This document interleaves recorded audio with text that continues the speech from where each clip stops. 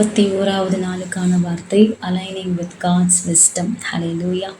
விஸ்டம்னு சொன்னாலே நமக்கு ரொம்ப ஆர்வமாக இருக்கும். ஏன்னு சொன்னால் நமக்கு எல்லாருக்குமே ஞானம் ரொம்ப தேவை. இந்த பூமியை நம்ம வாழ்கிற ஒவ்வொரு நாளும் நாம் ஞானமாய் செயல்பட வேண்டும். நிச்சயமாய் கர்த்தர் நமக்கு அவருடைய ஞானத்தை தர வேண்டும் என்று நாம் அதிகமாய் படிக்கிறவர்களும் வேலைக்கு போனாலும் எங்கே போனாலும் இந்த பூமியில் கடைசியாக வாழும் வரைக்கும் ஞானமாய் இந்த பூமியில் நம்ம செயல்படணும். அதுக்கு நிச்சயமாக நமக்கு கர்த்தருடைய ஞானம் தேவை. ஆனால் நீங்கள் ஒரு கருத்தை அறிந்து கொள்ள வேண்டும். பூமியில் எப்படி நம்ம நேற்று அந்த நாட்களில் 2 விதமான நீதி உலகத்தில் இருக்குது. அதே போல் தான் உலகத்தில் 2 விதமான ஞானமும் இருக்குது. ஹல்லேலூயா. உலகத்தின் ஞானம் ஒன்று இருக்குது. இந்த உலகத்தின் ஞானத்தை கர்த்தர் அவமாக்குகிறார். ஏன்னா வசனம் சொல்லுது, உலகத்திலே ஞானம் உள்ளவைகளை வெட்கப்படுத்தும்படி தேவன் பைத்தியங்களை தெரிந்து கொண்டார். ஹல்லேலூயா. Thank you Jesus. ஹல்லேலூயா. இப்போ நம்மளாம் யாரு? பைத்தியம். ஹல்லேலூயா. பைத்தியம் ஒத்துக்கிறீங்களா? ஒத்துக்க முடியுமா? ஐயோ, யாரை பார்த்து பைத்தியன்றேன்னு சொன்னாலே கோவம் வந்துடும். ஆக்சுவலாக பார்த்தீங்கன்னா சொல்ல, உலகத்தில் புத்திசாலிகளை வெட்கப்படுத்தும்படி தேவன் பைத்தியங்களை தெரிந்து கொண்டார். அப்படி சொன்னால் உலகத்துக்கு நம்ம யாரா தெரியுமா? பைத்தியமாக தெரியும். அதை நீங்கள் ஏற்றுக்கொள்ள ரெடியா? உலகத்தானுக்கு அவன் சயின்டிஸ்டாக இருந்தால் அவன் ஞானவான். இப்போ அவன் பெரிய அதிகாரி தான் அவன் ஞானவான். இப்போ ஒரு கிறிஸ்தவ ஊழியக்காரை பார்த்தா ஆமாம் இவன்லாம் என்ன ஊழியக்காரன், இதனால என்ன இருக்குது? அந்த ஊழியக்கார ஜபந்தான் அந்த நாடே பாதுகாக்கப்பட்டிருக்கும். இன்றைக்கும் அநேக ஊழியர்கள், பரிசுத்தவான்கள், தேவ பிள்ளைகளுடைய ஜபத்தினால தான் தேசம் பாதுகாக்கப்பட்டு கொண்டிருக்குது. அநேகருடைய உபவாசம், கண்ணீரான ஜபங்கள், ஆங்காங்கே ஆண்டவர் இந்த கடைசி காலத்துல ஜூம் மூலியமாக, வாட்ஸ்அப் மூலியமாக அநேக மறைந்த தேவ பிள்ளைகள் இரவும் பகலும் திறப்பில் நின்று ஜெபித்து கொண்டிருக்கிறார்கள். புலம்பி தனக்காக கூட இல்லை, தேசத்துக்காக ஜெபிக்கிறாங்க. அதனாலதான் தேசம் இன்னைக்கு கொஞ்சமாவது பாதுகாக்கப்பட்டிருக்குது. நம்ம தமிழ்நாட்டில் கூட ஆண்டவர் எவ்வளோ நம்மளை பாதுகாக்கிறதுக்கு காரணம் அநேக பரிசுத்தவான்களுடைய ஜெபம். ஹல்லேலூயா. இதுக்கான எபிரேய வார்த்தை பார்த்தீங்கன்னா சோக்மா அப்படின்னு சொல்லப்படுது. கோக்மா. ஹல்லேலூயா. இதோட அர்த்தம் பார்த்தீங்கன்னா ஞானம், நம்ம வாழ்கிற skill, godly insight and the ability to make righteous decisions. அதாவது ஞானம்னு சொன்னா ஞானமுள்ள திட்டங்களை, ஞானமா செயல்படுறது, நீதியா டிசிஷனை எடுக்கிறது, அக்கார்டிங் டு காட்ஸ் தேவ திட்டத்தின்படி வாழ்கிற ஒரு ஞானமுள்ள இருதயம். ஹல்லேலூயா. உலகத்துல இவ்வளோ படிச்சு எவ்வளோ சம்பாதிக்கலாம், என்ன படிச்சா என்ன சம்பாதிக்கலாம், இதுல போட்டா ஸ்டாக் மார்க்கெட்ல போட்டா எவ்வளோ பணம் கிடைக்கும், இந்த பிசினஸ்ல போட்டா இன்னும் எவ்வளோ சம்பாதிக்கலாம் அப்படின்னு உலகத்துல பணத்தை சம்பாதிக்க தான் இன்றைக்கு உலக ஞானம் பிரயோஜனப்படுமே ஒழிய தெய்வீக ஞானம் ஒரு மனுஷனுக்குள்ள இருந்தாதான் பகுத்தறிஞ்சு வாழ முடியும், நீதியா செயல்பட முடியும். எந்த இடத்துல அநியாயம் இருக்கு, ஒருத்தன் பொய் சொல்லும் கூட இவன் சொல்றது பொய் நீங்க உணர முடியும். அது தெய்வீக ஞானம் இருந்தா மட்டும்தான் அது உங்களுக்கு கிடைக்கும். ஒரு பஞ்சம் வரப்போது என்ன செய்யணும்னு யாருக்கு தெரியும்? சம்பாதிக்கிற ஞானம் அதை செய்ய முடியாது. தெய்வீக ஞானம் ஒன்று இருக்குது, டிவைன் விஸ்டம். அந்த டிவைன் விஸ்டம் தான் இப்ப நம்ம பார்த்து கொண்டிருக்கிறோம். ஹல்லேலூயா. நீதிமொழிகள் 3:5-7. நீதிமொழிகள் அதிகமாக வாசிக்கிறது ரொம்ப நல்லது. நம்ம இந்த நீதியை அறிந்து கொள்ளலாம், ஞானத்தை பெற்றுக்கொள்ளலாம். அநேக காரியங்களை நம்ம இந்த கர்த்தர் நமக்கு டீச் பண்ணுவார். நீதிமொழிகள் 3:5-7. உன் சுய புத்தியின் மேல் சாயாமல் உன் முழு இருதயத்தோடும் கர்த்தரில் நம்பிக்கையா இருந்து உன் வழிகளில் எல்லாம் அவரை நினைத்துக்கொள். அப்பொழுது அவர் உன் பாதைகளை செவைப்படுத்துவார். அப்போ ஒரு மனுஷனுக்கு ஃபர்ஸ்ட் உள்ள இருந்து வெளில வர தெரியுமா? சுய புத்தி. சுயமா அவன் சொந்தத்திலிருந்து வர புத்தி. அதனால்தான் யாரா இருந்தாலும் சரி, அவங்க பேசும்போது கர்த்தர் பேசுறாரா, இல்லை சுயத்துல பேசுறாங்களா, இல்லை ஆவியாதான் பேச, இல்லை அசுத்தாவி பேசான்றது நம்ம அறிந்து கொள்ளணும்னு சொன்னாலே நமக்குள்ள ஒரு தெய்வீக ஞானம், ஒரு விசேஷித்த ஆவி, அதான் ஞானத்தை அருளும் ஆவியானவர் நம்ம மீது இருக்கும் பொழுது அவர் கரெக்டா சொல்வாருமா, இது சுயமா வருது, இது என்கிட்ட தான் வருது, இல்லை சத்துரு கொண்டு வரான் அப்படின்னு அதை நமக்கு வெளிச்சம் போட்டு காட்டுவார். ஹல்லேலூயா. நீதிமொழிகள் 9:10. இதுல கர்த்தருக்கு பயப்படுதலே ஞானத்தின் ஆரம்பம், பரிசுத்தரின் அறிவே அறிவு. சரி, நான் உங்ககிட்ட ஒன்று கேட்குறேன். எலான் மஸ்க் கர்த்தருக்கு பயப்படுறாரா? பில் கேட்ஸ் கர்த்தருக்கு பயந்தவரா? அம்பானி கர்த்தருக்கு பயந்தவரா, மோடி கர்த்தருக்கு பயந்தவரா? இவங்கெல்லாம் உலக பிரகாரமா பார்த்தா பொசிஷன், பணம், செல்வாக்கு, டெக்னாலஜி என்று சொல்லி பல ஞானத்தை வைத்து உலகத்தை சம்பாதித்திருக்கிறார்கள். ஆனா வசனம் சொல்லுகிறது, இந்த உலகம் எதுக்கு வைக்கப்பட்டிருக்கிறது? அக்கினிக்கு இறை, ஃபுட்டு. வரப்போற அக்கினிக்கு இவங்க சம்பாதிச்சு வச்சிருக்காங்க பாருங்க. இதெல்லாம் தூக்கி போட போறாரு உள்ளாண்டு, இது தூக்கி எரிக்க போறாரு. சோ எரிக்கிற ஒரு காரியத்தை தான், அழிந்து போற ஒரு காரியத்தை தான் இந்த உலக ஞானம் இவங்களுக்கு சம்பாதித்து கொடுத்தது. அல்லேலூயா. ஆனா கர்த்தருடைய ஞானம் அப்படி இல்லை. அழிந்து போகிற அந்த சரீரத்தை அழியாத ஒரு டிரான்ஸ்ஃபர்மேஷனுக்குள்ள கொண்டு போய் நித்தியத்துக்குள்ள கொண்டு சேர்க்கிறது. நம்ம மட்டும் இல்ல, அவருடைய தெய்வீக ஞானத்துக்குள்ள நம்ம இன்னும் முதிர்ச்சி அடையும் பொழுது அநேகரை அந்த அந்த அந்த நித்தியத்துக்குள்ள கொண்டு போகிறவர்களா நம்ம மாற்றுகிறது.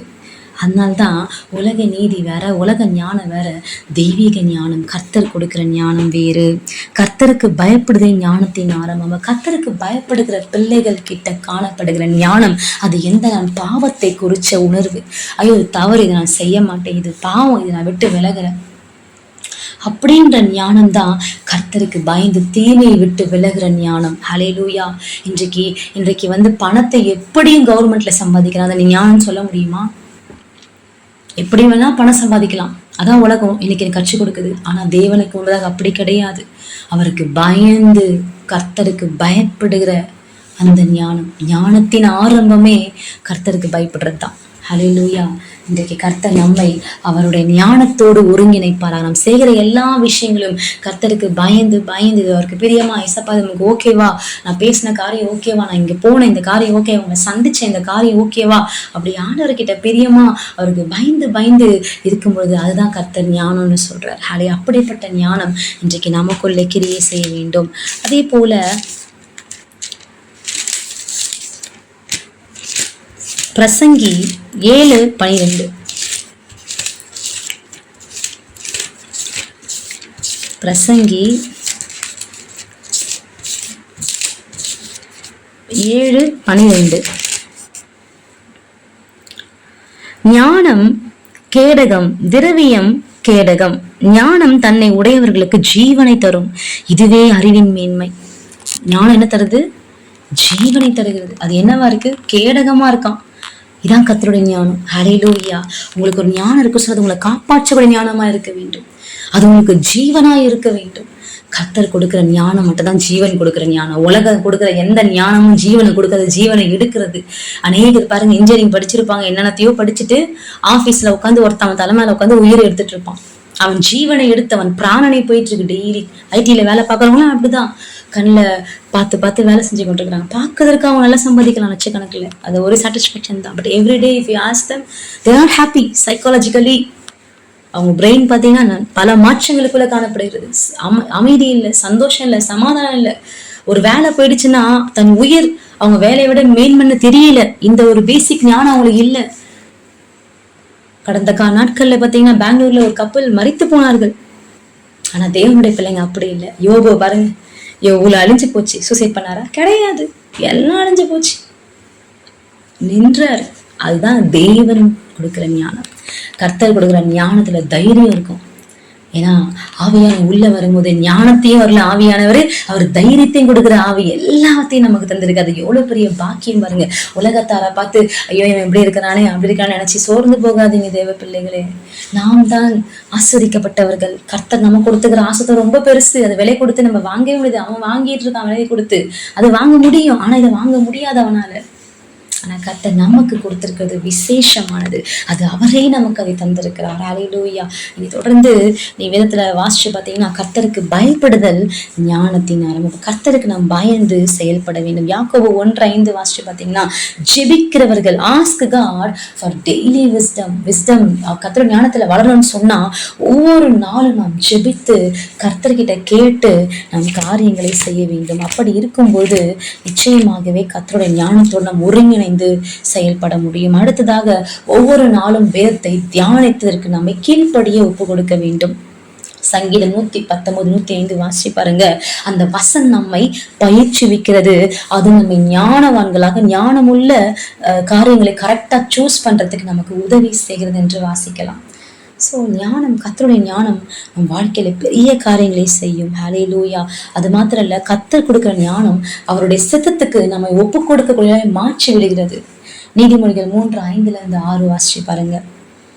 நாளிலே கூட அது மாத்திரம் இல்ல, கர்த்தருடைய ஞானம் ஒரு மனுஷர்களை வந்துச்சு, அவனுக்குள்ள பெருமையே இருக்காது. அவன் மிகவும் தாழ்வு உள்ளவனாய், அவன் இருதயம் அப்படியே ஒரு சலசலப்பற்ற இருதயமாய், அவன் கற்றுக்கொள்ளக்கூடிய நல் இருதயத்தை நல் மனசாட்சியோட மாறி விடுகிறான். நீதிமொழிகள் 11:2. ஸோ இப்படிதான் ஆண்டவருடைய ஞானம் என்பது விசேஷமானது. அன்றைக்கு ஆதாம் ஏவாள் அந்த கனியை எடுத்து புசிச்சாங்க. அந்த கனி தான் இன்னைக்கு உலகம் நீங்க பாக்குறது, விஸ்டம், நாலேஜ், படிப்பு, இதெல்லாம் போயிட்டு இருக்கு. கண்களின் இச்சை, மாம்சத்தின் இச்சை, ஜீவனத்தின் பெருமை, இந்த மூன்றுமே அழிந்து போகக்கூடிய உலகம் ஞானம். கர்த்தர் இதை நமக்கு தர வரல. அழியாத நித்திய ஜீவனை, அழியாத அவரே ஞானமா, அவரே சத்தியம், அவரே வழி, அவரே நீதி என்று சொல்லி நமக்குள்ள வந்து நம்மை மறுரூபமாக்கி இந்த உலகத்துக்கு ஒத்த வேஷம் தரிக்காமல் நன்மையும் தீரும், நல்லது கெட்டதுன்னு அறிந்து கொள்ளக்கூடிய அவருடைய விசேஷத்தை ஞானத்தை நமக்குள்ள வைத்து ரோமர் 12:2 எடுத்து வாசிச்சு பார்த்தீங்கன்னா 11 நினைக்கிறேன் போட்டிருக்கு. அவர் கொடுக்கிற ஞானம் உலகத்தின் ஞானத்தோட விசேஷமானது. அந்த ஞானம்தான் அன்றைக்கு சாலமன் ராஜா, ஆண்டவர் நான் சிறு பிள்ளையா இருக்க ஆண்டவர், எப்படிப்பா இந்த ஜனங்களை நியாயம் தீர்ப்பன் கேட்ட பொழுது ஆண்டவர் ரொம்ப சந்தோஷப்பட்டாரு. ஐயோ நீ ஞானத்தை கேட்டியா, நான் எல்லாத்தையும் உனக்கு கொடுக்குறேன்னு சொல்லி அழகா கிங் சாலமன் ராஜா எல்லாவற்றையும் நீதியாய் செய்யும்படி கர்த்தர் அவருக்கு கிருபை கொடுத்தார். அதே போல யோசேப்புக்கு பாருங்க, 7 வருஷம் பஞ்சம் வரப்போகுது, அடுத்த 7 ஆண்டுக்கு சாப்பாடு இருக்காது, அதை எப்படி சேர்த்து வைக்கணும். ஆவியானவர் அழகா அந்த ஞானத்தை கொடுத்தாரு அவருக்கு. யோசேப்பு அந்த எகிப்துல எவ்வளோ படிப்புகள், கல்விகள் இருந்துச்சுன்னு பாக்குறோம். எகிப்துல நிறைய டெக்னாலஜி இருந்திருக்கு பாத்தீங்கன்னா பழைய நாட்கள்ல. அப்ப அவ்வளோ அறிவாளிகள் இருந்த அந்த நாட்டுலதான் யோசேப்புன்ற ஒரு விசேஷத்த ஆவியுடைய மனிதனால மட்டும்தான் அந்த பஞ்சத்தை ஒழிக்கக்கூடிய திட்டத்தை கொடுக்க முடிந்தது. இதான் தெய்வீக ஞானம் செய்யும். ஹல்லேலூயா. பஞ்சத்தை காப்பாற்று தெய்வீக தானியேலுக்குள்ள இருந்து விசேஷ ராஜாவுக்கு வரப்போற காரியம், நாட்டுல சம்பவிக்க போற காரியத்தை கர்த்தர் முன்பதாகவே அவருக்கு தெரிவித்தார். ஹல்லேலூயா.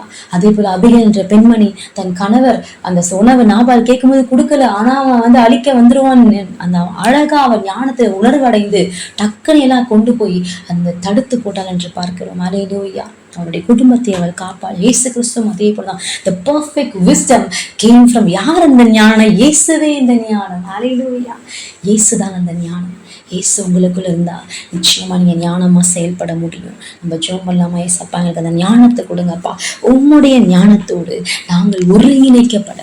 ஆண்டவரே நீங்க தான் அந்த ஞானம். அப்ப ஏசப்பாக்கு எதெல்லாம் பிரியமோ அதெல்லாம் செஞ்சு பாருங்க, நீங்க ஞானமா செயல்படுறீங்கன்னு அர்த்தம். ஜெபிக்கலாமா? ஹல்லேலூயா. பரிசுத்த ஆவியார் இந்த வேலையில கூடப்பா ஒரு விஷயம் இந்த ஞானத்தை குறித்து எங்களோட பேசுனீங்கிறதுக்காக உமக்கு நன்றி ஆண்டவரே. அப்பா நாங்கள் ஞானத்தில் ஆண்டவர் இன்னும் நாங்கள் தேர்ச்சி அடைய நீங்களே ஆனந்த ஞானம்ப்பா. அது நீங்கள் கொடுக்குற ஞானம் விசேஷத்தை, அந்த ஞானம் அது யாரும் எங்களுக்கு கொடுக்க முடியாதுப்பா. இந்த உலகத்துக்கு அதுக்கு புரியலாலும் பரவாயில்ல, எங்களுக்கு அது நாங்கள் புரிந்திருக்கிறோம், நாங்கள் அதை உணர்ந்திருக்கணும் ஆண்டவர். நாங்கள் பெற்றுக்கொண்ட விசேஷத்தை கிருபைகளையும் ஞானங்களையும் நாங்கள் அசட்டையா எண்ணாதபடிக்குப்பா அதை குறித்து மேன்மை பாராட்ட, அதை குறித்து சந்தோஷப்பட, அதை கனப்படுத்த ஆண்டவர் அதை நினைத்திருக்க ஆண்டவர் அதில் இன்னும் நாங்கள் பயிற்சி பெற எங்களுக்கு கிருபை செய்வீராக தகப்பனே. ஒரு விசை கூட இந்த உலகத்தின் மோசம் போக்குகிற ஞானம் எங்களுக்குள்ள செயல்படாதபடிக்கு நித்தியத்துக்கு கொண்டு போகிற பரிசுத்த ஆவியின் வல்லமையின் பலத்தால் நிரப்பப்பட்ட அந்த ஞானமுள்ள ஆவியானவர் எங்களுக்குள்ள செயல்பட்டுப்பா நீர் எங்களை வழிநடத்துவீராகப்பா. அந்த புத்தியீனமாய் காரியங்கள் செய்து போகாதபடிக்கு புத்திமான்களாய் எங்களை வழிநடத்துவீராக, புத்தி எங்களை மாற்றுவீராக. அப்பா இந்த வேலையை நீங்க செய்ய போறதுக்காக உமக்கு நன்றி. எங்களை ஒரு விசை தாழ்த்தி ஒப்பு கொடுக்கிறோம் பரிசுத்த தெய்வமே. இயேசுவின் நாமத்தில் ஜெபிக்கிறோம் எங்கள் நல்ல பிதாவே. ஆமென்.